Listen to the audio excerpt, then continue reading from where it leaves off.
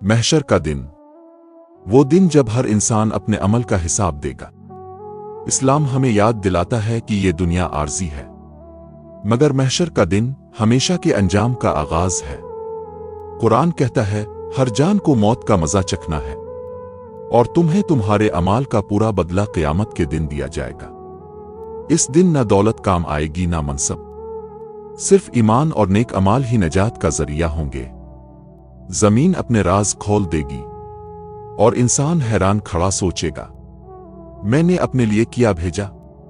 احادیث میں بتایا گیا ہے کہ عاقل وہ ہے جو اپنے نفس کا محاسبہ کرے اور محشر کے دن کے لیے تیاری کرے۔ یہ یقین انسان کو انصاف سکھاتا ہے، غرور سے بچاتا ہے، اور دل میں خوف خدا پیدا کرتا ہے۔ آؤ آج ہی اپنی زندگی کو درست کریں، تاکہ جب محشر کا دن آئے ہمارا چہرہ روشنی سے منور ہو۔